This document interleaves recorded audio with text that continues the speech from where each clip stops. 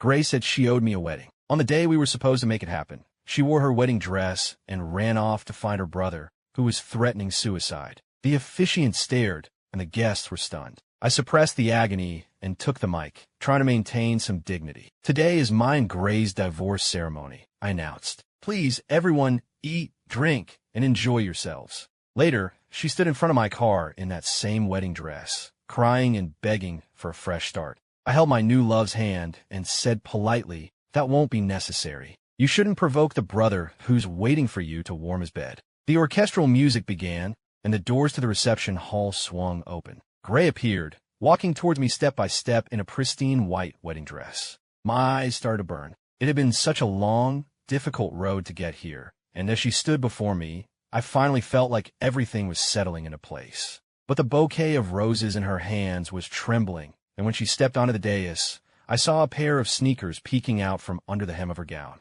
Did she have something else planned? Where could she possibly be going in a wedding dress? The closer she got, the clearer the anxiety on her face became. At this moment, the only person who could make her look that worried was her precious brother. The color drained from my face. I managed a weak smile, but my eyes were begging her. "Just this once, don't leave me." The officiant stood on the stage, chuckling into the mic. "Look at the groom. He's completely captivated. What a beautiful bride we have." The guests laughed, but I could see the panic in Gray's eyes intensifying. "Our bride and groom have come a long way to be here. It truly hasn't been easy. So before the vows, let's hear a few words from our lovely bride." The crowd cheered, but Gray suddenly lifted her veil. "I am sorry, Alex. Something's happened to Leo.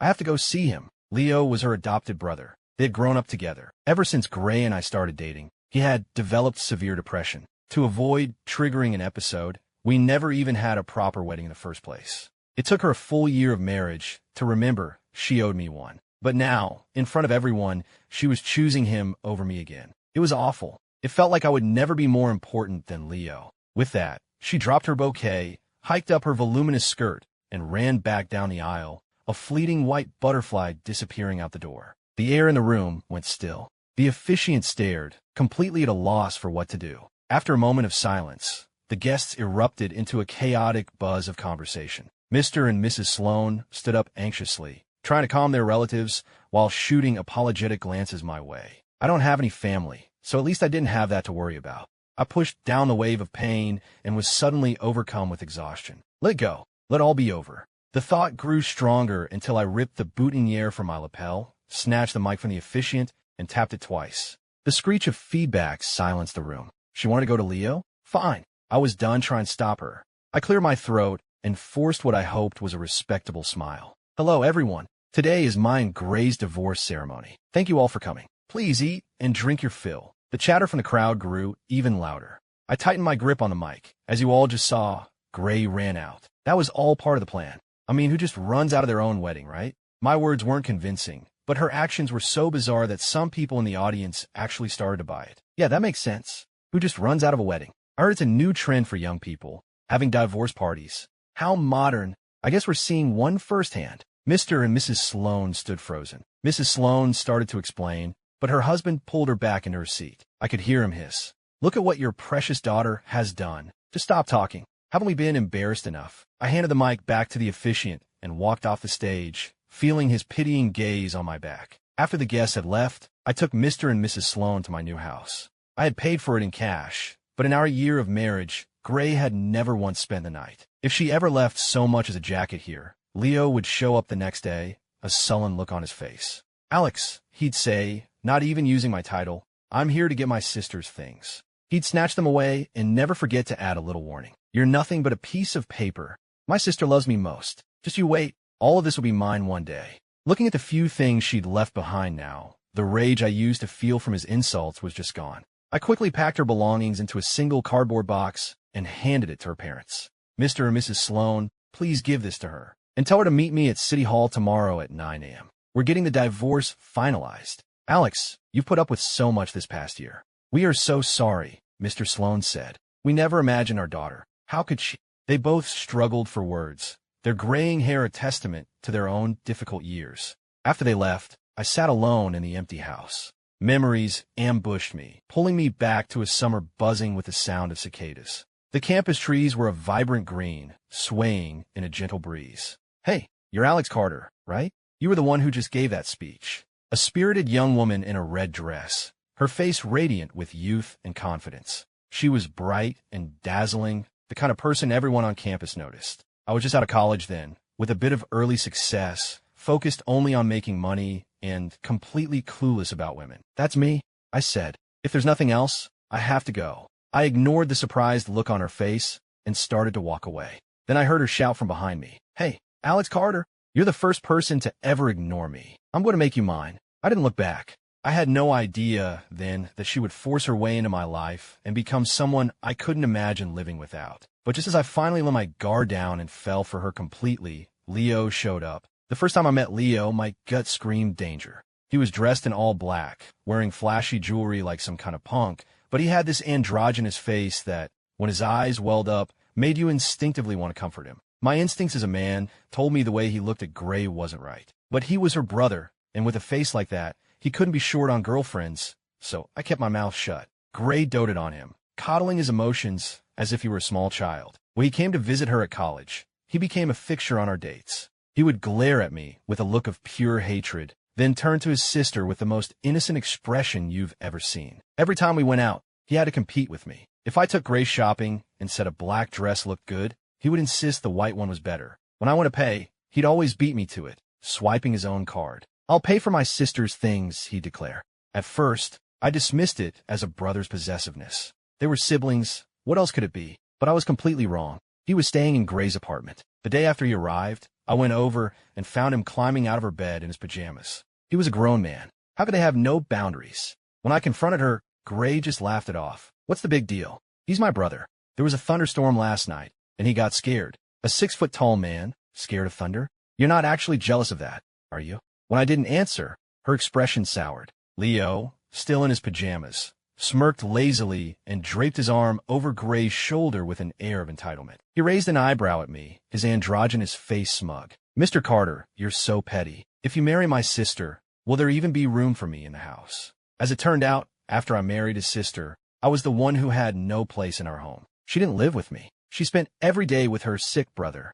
It was a joke. The next day, I was at City Hall at 9 a.m. sharp. I waited for 2 hours. No one came. Finally, I had no choice but to call her. "Gray, are you caught up with something?" Before I could finish, Leo's voice, dripping with hatred, cut me off. "Alex, this is all your fault. What did you tell my parents? They're furious with us. Gray even got hit because of you. Why do you have to ruin our family? Don't you realize you're just in the way?" I used to get upset hearing things like that, sad that her brother wouldn't accept me. Then I found out they weren't even blood-related, and that Leo, a grown man, would wait with a towel wrapped around his waist for his sister to dry his back after a shower. The moment I found out, I confronted them, and Gray just looked at me with disgust. "Alex, you see filth in everything." My pained, hysterical breakdown was dismissed as me being jealous of their sibling bond. I was so angry I could barely breathe, and Leo just laughed. "Mr. Carter, why are you more dramatic than my sister? So emotional." But now, hearing his accusations, I felt nothing.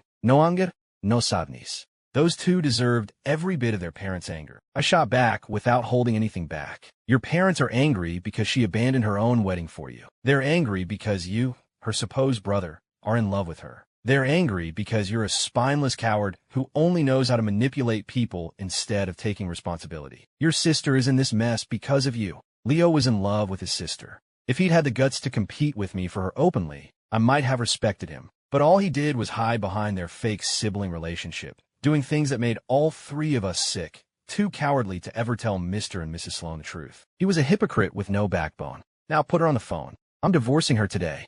This is the moment you've been dreaming of. If you miss this chance, you might not get another one to get rid of me so easily." The line went dead. I knew they would come. Whatever Leo wanted, all he had to do was squeeze out a few tears, clutch his chest, and say he didn't want to live anymore, and Gray would give him anything. I knew this better than anyone. It's exactly what happened the day we got our marriage license. The day we left City Hall with our license, Leo ran up to us, his eyes red, and shoved me aside. He grabbed Gray's hands as if I wasn't even there. "Sister, are you abandoning me too? Mom and Dad don't love me. I only have you." I frowned and couldn't stop myself from speaking up. "You're a grown man. You've graduated from college. Why are you sitting at home whining about who loves you?" Gray shot me a glare before turning back to him with a smile. She didn't just tolerate his behavior. She seemed to revel in it. "Don't listen to him. I'll always love you, Leo," she cooed, pulling him into a hug like he was a toddler and planting a customary kiss on his forehead. "Can I stay at your place, then?" he whimpered. "I fought with Mom and Dad. They don't want me around." He looked down, the corners of his eyes tinged with red. A grown man putting on a pathetic, helpless act. Sure enough, that night, just as Gray got out of the shower, there was a knock on our bedroom door. It was Leo. I opened it. He looked me up and down, his eyes like daggers. Seeing I was fully dressed, he rolled his eyes. "Now," Gray called from the bathroom. His expression instantly shifted back to innocent and pitiful. "Sis, I'm scared," he said. "Can you sleep with me tonight?" It was our wedding night, and he was asking to sleep with my wife. It was an insane request, but Gray, unbelievably, agreed. She turned to me without a hint of guilt. "Don't read into it, Alex. I only see him as a brother.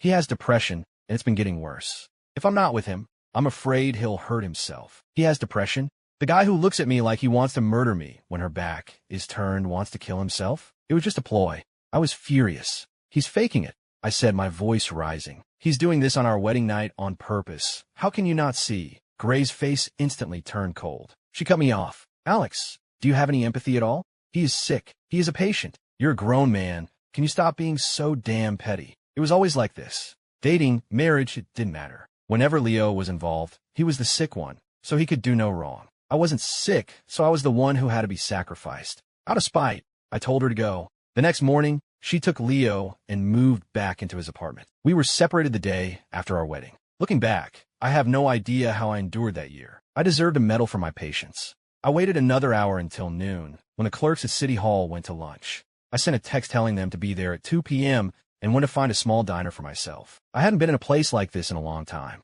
As an orphan, I'd always had a desperate drive for financial security. I started hustling my freshman year of college, right when the social media boom was taking off. I found a few pretty underclassmen, bought a used camera, and started making a decent profit from ad revenue just by churning out content. Later, that grew into a small studio where I signed a few influencers. The studio kept expanding until it became a small company. By any standard, I was successful, but my personal life was a disaster. I suddenly remembered how Gray used to fight with me about my work. She was convinced that every influencer I signed was trying to sleep with me, when in reality, we were all just there to make money. Those streamers were live for 9 hours a day and had to give me a huge cut of their earnings. I was lucky they weren't throwing their lunch at me, let alone trying to seduce me. On top of that, she would drop by the office unannounced, and if any female employee got too close to me, she'd pull them aside for a warning. The women at my company learned to avoid me like the plague. It was almost funny to think about now. I fell for her because she was so bright and bold, chasing me for 3 months after declaring she would win me over. When you're in love, you see everything through rose-colored glasses. Back then, everything she did seemed charming and spontaneous. Not anymore. Now, I just thought she and her brother were both incredibly childish. I ordered a sandwich combo and was halfway through it when Gray called. I answered, and her impatient voice immediately filled my ear. "Alex, it was just a wedding. I don't know why you're making such a big deal out of this. You want a divorce? Fine. We're here.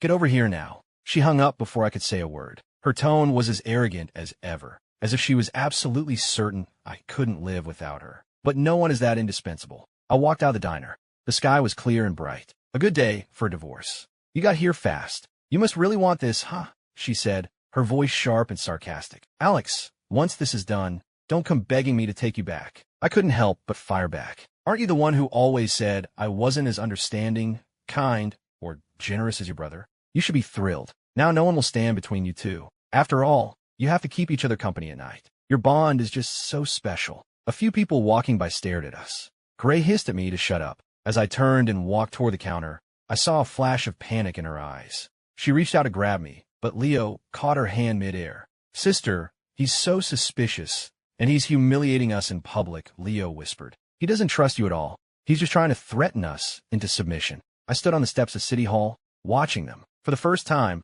Gray wasn't hanging on her brother's every word. Her eyes were on me, her lips parted as if she wanted to say something, but no words came out. I was just bored by the whole thing. "Shall we?" I asked. Seeing I wasn't going to stop her, she stomped her foot, angrily shoved past my shoulder, and stormed inside, shouting, "Fine, let's do it, but you'll be the one to regret this." Leo followed her, shooting me a triumphant smirk as he passed. I wouldn't regret it. My resolve today was built on a mountain of disappointments from every time she had chosen him over me. If anyone was going to have regrets, it would be her. Walking out with the divorce papers in my hand, I felt reborn. That heavy weight I could never quite hold on to, but could never let go of, was finally gone. I felt light. Alex. I turned to see Gray standing there, calling my name. This time I just gave her a calm wave. She started to walk towards me, but Leo grabbed her arm and started whispering to her. By the time she looked back, I was already pulling away in my car. I threw myself back into my work, signing a new group of streamers.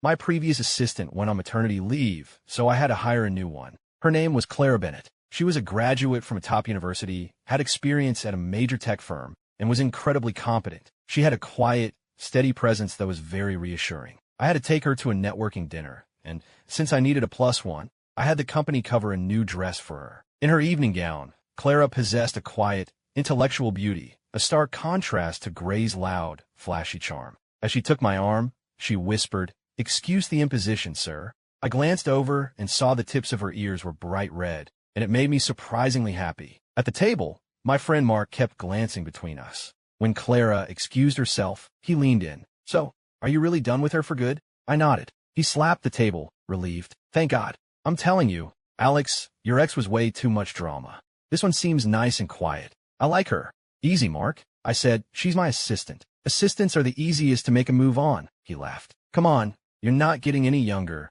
and she wasted enough of your time. You're not planning on staying single for her, are you?" He was right. I'd dated Gray for 4 years and been married for 5 years. I'd gone from 25 to 30. It'd feel late. What if I ask her out and she says no? I'm her boss. It would be awkward. Mark scoffed. "So what if she says no? You chase her, just like you did with the last one. Just please, no more divorce ceremonies. My son's first birthday is coming up, and you still haven't managed to have a proper wedding." Hearing my friend lay it out like that made my face flush. My drama with Gray had been a running joke among my friends for years. It was a relief that it was finally over. For the first time, I felt truly lucky. But I never expected Gray to be so relentless. She wouldn't even leave Clara alone. Just as Clara returned to the table and sat down, Gray appeared, holding a glass of wine. I hadn't seen her in the restaurant until that moment. She raised the glass to throw it at Clara, and I instinctively pulled Clara into my arms, taking the full splash of red wine on my suit jacket. I turned to face Gray. She froze for a second, then her voice rose to a shriek. "Alex, who is she? Tell me. We had one fight, and you're already cheating on me. How could you?" Leo came running over and, as usual, reached for his sister's hand. But this time, she shook him off. Seeing that Clara was okay, I finally met their eyes. "Miss Sloane," I said, my voice cold. "We are divorced. Who she is none of your business." I glanced at Leo, who was glaring at me from the side, and smiled. "Besides, your brother is right there. Why are you so concerned with my life?" A flicker of a smile crossed Gray's face. She actually thought I was still jealous. "Alex, if it bothers you, I'll stop spending so much time with Leo. Just stop being angry and stop seeing these other women." Her voice was laced with resentment by the end, but I didn't believe a word of it. She'd made that same promise 100 times, and every single time, she had chosen Leo without a moment's hesitation. I suddenly felt a wicked urge to mess with them. I raised an eyebrow at Leo. "Giving up on your brother? Oh, that won't do. Aren't you afraid he'll try to kill himself again? What about the thunderstorms? Who will comfort him then?" From across the table, Mark burst out laughing. "Freaking thunderstorms." Mark was howling with laughter. The Sloane siblings looked mortified. Their private drama was embarrassing enough without being aired in public. Gray saw the smirk on my face and stomped her foot. "If you don't like it, I'll stop. Leo's a grown man. He'll be fine without me. Just stop fighting with me." So she knew he was an adult who didn't need her after all. I thought she'd never figure that out. "Miss Sloane," Clara said, her voice calm but firm. "Mr. Carter has made it clear that you two are no longer involved. Please don't disturb our dinner. This is becoming unpleasant for everyone." Clara actually spoke up for me, her tone perfectly level and fearless. "What business is it of yours what's between us? It's not your place to. It is her business." I cut Gray off. "Clara is the woman I intend to pursue. So yes, it is her business." Gray's expression finally crumbled. She lunged forward to grab me, but Leo caught her and pulled her into a hug. "Sis, stop it," he pleaded. "He doesn't love you. Look, he's already moved on. He doesn't love you. Let's just go." "No, he loves me," Gray suddenly screamed, shoving Leo so hard he fell to the floor. "This is all your fault. He's only angry because you made me leave the wedding. Get out of here. Alex doesn't want to see you." "My fault." Leo shot back, getting to his feet. "Sister, you chose to come to me that day. Between him and me, you've always cared more about me." The scene devolved into a shouting match between the two of them. That was a first. When we were married, I could beg and plead, and she would never say a harsh word to Leo. Now that we were divorced, they were at each other's throats. A waiter came over to intervene. Seeing that dinner was ruined, I exchanged a look with Mark, and we quietly escorted Clara out of the restaurant as the siblings continued to scream at each other. The moment we got in the car, I started apologizing. I had no idea she'd be there. I'm so sorry. I never meant for that to happen. And that stuff I said about pursuing you, you don't have to take that seriously. But I want to, she said softly. Her words stunned me into silence. What did she mean? You should think about it, I stammered. I've been married before. I'm 30. I'm much older than you. I suddenly felt like things were spinning out of my control. I'd taken off the wine-stained jacket, but I still felt flushed. Mr. Carter, can I call you Alex? I overheard you and Mark talking. If it's all right, would you let me pursue you? Oh man, the wine from dinner must have been stronger than I thought. I had to be hearing things. What? But you saw my ex-wife. She's a lot. She'll probably keep harassing me. And I'm divorced. You've only known me for 2 months. 5 years and 72 days, she corrected me. Mr. Carter, I've known who you are for 5 years and 72 days. That couldn't be right. That was exactly how long I had known Gray. She saw my confusion and smiled. The day you gave that speech at your alma mater, I was in the front row, wearing a white dress. I actually ran after you that day. I was going to work up the courage to ask for your autograph, but then I saw you on the quad with Gray Sloan. I knew who you were from that day on. When you two started dating, I gave up on the idea. I graduated and went to work for another company. I only applied for this job after I heard you were divorced. She smiled again. Mr. Carter, this was all part of my plan. It wasn't summer, but I could have sworn I heard cicadas buzzing again. It turned out that for all those years I was being cast aside, someone else had been quietly choosing me, watching me from afar. My heart pounded in my chest. The second summer of my life had just begun. From that day on, I officially started pursuing Clara. We kept it professional at the office, but after work, we'd go on dates all over the city. She was like a little girl in some ways, so easy to please. It was so different from Gray. With Gray, I had to buy her expensive jewelry, designer bags, and even get a gift for Leo, just to be rewarded with a single dinner out. Clara didn't care about any of that. She loved pushing a cart with me through the grocery store, picking out ingredients to cook for me at my place. That empty house was suddenly filled with warmth and life. Watching her chop vegetables, I realized that a home wasn't a place, it was something you do. It was warm and beautiful. Suddenly, the doorbell rang. It was raining outside. I wasn't expecting anyone. You keep cooking, I'll get it, I said. I put down the potato I was washing, dried my hands, and went to the door. Standing on my porch, soaked and miserable, was Gray. She looked like she'd run all the way here in the downpour. Water was dripping from her clothes on my doormat. She looked at me with wide, pitiful eyes and lunged forward to hug me. I quickly stepped back.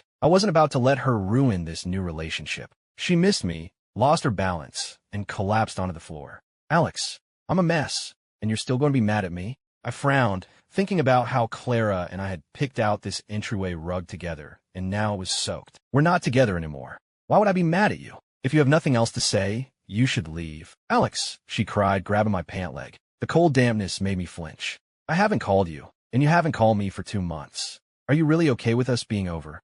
I glanced back at her, confused. This was the woman who couldn't stand to be away from her brother for a single day. Why was she here now? Miss Sloan, Clara's voice came from behind me. She was standing there, looking at us with a confused expression. I instantly shook her hand off my leg and rushed to explain. She just showed up. I didn't invite her. I had finally found someone I really liked. What was Gray trying to do now? You again, Gray spat, scrambling to her feet to confront Clara. I stepped between them. That's enough, I said, my voice turning cold. Stop it. Alex, are you talking to me? She's my girlfriend, I said. Of course she's here. Stop making a scene and call Leo to come get you. Her eyes widened in disbelief. I'm your wife. Ex-wife. I corrected her. The divorce is final. The papers are signed. Any other questions? My tone must have been colder than she expected, because all the fight went out of her. She just stood there in the doorway, looking lost. The silence was tense until Clara broke it. You should come in, she said to Gray. The rain is too heavy. You can't leave in this. I ignored Gray completely. Clara found her a towel and a change of clothes. When she came out of the bathroom, she saw me frowning and, to my surprise, came over and hugged me with a little laugh. What's wrong? She murmured. She's all alone, and it's not safe for her to leave in this storm. Let her stay for a little while. I looked down at her, confused. Why wasn't she jealous? I was trying so hard to draw a clear boundary for her sake, and here she was being the gracious host. Didn't she feel even a little bit possessive of me? The confusion must have been written all over my face, because she started laughing into my chest. "Are you mad that I'm not jealous?" she giggled. "You're so adorable. I know you only love me now, so why would I be angry at someone else?" My thoughts laid bare. I felt a little embarrassed and gently pushed her away. "So, should we get back to dinner?" Just as she took my hand to lead me away, the bathroom door opened. Grace stood there in my spare clothes, her face pale as a ghost, staring at our joined hands. "I called Leo," I said, ignoring the pained look in her eyes. "It wasn't my problem anymore. He's on his way. You can wait in the living room." Back in the kitchen, Clara decided to make another side dish, but my chopping skills were so bad, she kicked me out. I laughed and went to set the table. I saw Gray in the living room, staring at us, and I really didn't want to set a place for her. But with her watching me, it felt rude not to. Clara glanced over and saw only 2 place settings. She frowned and glared at me. "Alex, that was all it took." I immediately went and set a 3rd place at the table. She looked down, hiding a smile. Being with her gave me a sense of belonging I'd never had before. When I was with Gray, I would cook dinner every night, and she would only come to the table after everything was served. And the first thing she'd talk about was always Leo. She had never cooked a meal for me, never even stepped into the kitchen. We never had quiet, domestic moments like this. She clearly realized it too. When she sat down at the table, she looked completely dazed. "Have some," Clara offered. "Alex and I aren't the best cooks, but should be edible." I shot her a playful frown. What is she talking about? Our cooking was amazing. She gave me a look that told me to knock it off. Just then, the doorbell rang. "That must be Leo," I said. With a loud scrape, Gray pushed her chair back. She shot up from the table, as if escaping a fire, and ran to open the door. By the time I got there, Leo was already pulling her into the elevator. They didn't even say goodbye. So rude. Both of them. About a week later, the engagement ring I'd ordered arrived. I was nervous about the proposal and couldn't come up with a good plan. I tried brainstorming with my friends, but they just laughed and called me a coward. Of course I was scared. What if I messed it up and lost her? Then one day, during a meeting, I forgot a file and asked Clara to grab it from my desk drawer. 2 minutes after she left, I had a horrifying realization. The ring was in that drawer. By the time I got to my office, Clara was just standing there, holding the open ring box with a stunned expression. I had planned to do it the next day. I didn't even have flowers. I shot a panicked look at the employees behind me who were in on the plan. They caught on immediately, starting the music we'd picked out and beginning to cheer. They were quick on the uptake. I hurried over, took the ring box from her hand, and dropped to one knee. "Clara Bennett," I said, my voice shaking a little, "will you marry me?" My breath was short, and my heart was pounding. For years, she had walked 99 steps toward me, without me even knowing. It was my turn to take the final step. I saw the disbelief and pure joy in her eyes as tears began to well up. She nodded. I slid the ring on her finger and immediately posted the news on Facebook. My friends flooded my phone with congratulations, all of them telling me to get married quickly before my ex had a chance to cause more trouble. I agreed. After talking it over with Clara, we flew to her hometown that same day to meet her parents. They knew I was divorced and older than her, and had always been a bit reserved on the phone. But in person, they were surprisingly warm and happy to see us. As I walked past the kitchen, I overheard her mom telling her, "You little liar. There's no way he's 30. He looks 27, maybe 28. Mom, I'm not lying," Clara protested. I breathed a quiet sigh of relief. Thank God I kept up my gym routine. The wedding planning went smoothly. We planned every detail together, from the venue and the dress down to the party favors. On the wedding day, my groomsmen and I left early to go pick up the bride from her hotel. Halfway there, a woman in a wedding dress suddenly ran into the middle of the road, right in front of our car. The driver slammed on the brakes, giving us all a jolt. I got out to see what was going on and realized, to my horror, that it was Gray. Alex, I was wrong. I'll never see Leo again, I swear. Can we get married again? Please." A sharp pain shot through my head. She hadn't bothered me for weeks, and she chose today, of all days, to pull this stunt. "Stop it, Gray. I have to go pick up my bride." She started walking toward me, but my groomsmen blocked her path. "Bride? You're marrying someone else?" "Alex, I promise I'll change. I'll cook with you. I'll never yell at you again. I'm wearing a wedding dress, too. Marry me. Please, let's do it today." Even my friends looked disgusted. "Miss Sloan, that's enough," one of them said. "Who do you think you are? Get out of the way. You're making him late for his own wedding. You're divorced. It's over. Just go." Gray seemed to be having a breakdown, screaming, "He can only marry me. He promised he would only love me forever." Mark held her back and yelled over his shoulder, "Alex, just go. Get in the car. Don't be late. I've got this." Seeing no other choice, I got back in the car, and we drove off. At the hotel, I finally got to see Clara, radiant and waiting for me. I held her close as we rushed to the ceremony. After we exchanged our vows, she changed into her reception dress, and we began making our way from table to table, toasting our guests. And then, suddenly, Gray burst into the reception hall, still in her wedding dress. Her eyes scanned the room until they landed on us. She hiked up her skirt and started marching toward our table. I immediately moved Clara behind me. "Alex, are you really marrying her?" she demanded. Guests started whispering. My face hardened. I didn't understand how she always managed to humiliate me so effortlessly. She didn't love me, and I had let her go. Why was she still doing this? I was about to say something nasty, but I felt a gentle tug on my sleeve. I looked back at Clara, and she gave me a look, telling me to take it easy. "Alex, can't we start over?" Gray pleaded, her voice cracking. "I regret it. I really do. I don't love Leo. He locked me in his apartment. That's why I couldn't come to you before. Can't we please start over?" I took Clara's hand and smiled at Gray. "No, thank you," I said politely. "I'm married now." Just then, Leo appeared behind her. I added, a little less kindly, "You should go take care of your brother, Miss Sloane. You wouldn't want him to try and kill himself again." "Sister," Leo cried out. Gray turned and shrieked at him with pure disgust. Eventually, security escorted them both out. Later, I heard they were trapped in a toxic on-again, off-again cycle that even their parents couldn't stop. When Leo would get angry, he'd leave her and try to date other people, but she would sabotage every new relationship. They were stuck with each other. But that wasn't my problem anymore. I looked at Clara's growing belly and felt an overwhelming sense of gratitude. The peaceful life I had always wanted had finally begun. Gray's story. When I was 8, my family adopted a little brother. My parents named him Leo, hoping he would always be my protector. He was a sweet boy who followed me everywhere. But when I found my own underwear, which I thought I'd lost, hidden under his pillow, I felt a deep, chilling fear for the first time. That's why I went to a college on the other side of the country. In my junior year, I met a successful older student named Alex Carter. All my life, people had told me I was beautiful. I was confident in my looks. To get back at Alex for being so indifferent when we first met, I decided to pursue him. My plan was to make him fall for me and then dump him,